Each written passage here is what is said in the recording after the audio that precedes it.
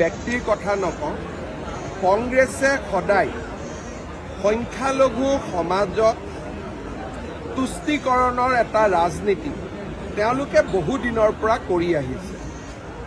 আজি কোনোবা হিন্দু মানুহে মন্দিৰত গৰুৰ মূৰ থব বুলি কোৱা কল্পনা কৰা ব্যক্তিজন তেওঁৰ শৰীৰ আৰু মন কিমান কলা হ'ব পাৰে সেই কথাটো আপোনালোকে চিন্তা কৰিব পাৰি।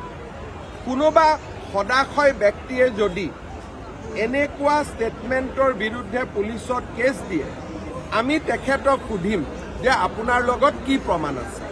কাৰণ আজিলৈকে অসমত যিমান এনেকুৱা ঘটনা ঘটিছে, আমি সদায় সংখ্যালঘু সম্প্ৰদায়ৰ লোককে গ্ৰেপ্তাৰ কৰিছোঁ আৰু তেওঁলোকে স্বীকাৰো কৰিছে।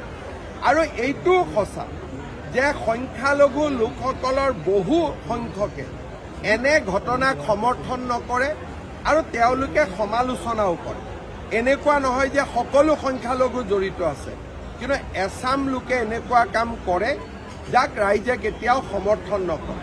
লখিমপুৰ আৰু ধুবুৰীত এই ঘটনাক লৈ আমি গ্ৰেপ্তাৰ কৰা প্ৰত্যেকজন ব্যক্তি সংখ্যালঘু সম্প্ৰদায়ৰ।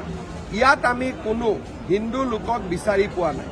তেখেতৰ লগত যদি কিবা তথ্য আছে, হিন্দু সমাজক অপমানিত কৰাৰ আগতে এনেকুৱা তথ্য চৰকাৰক দিবৰ বাবে মই আহ্বান জনাম।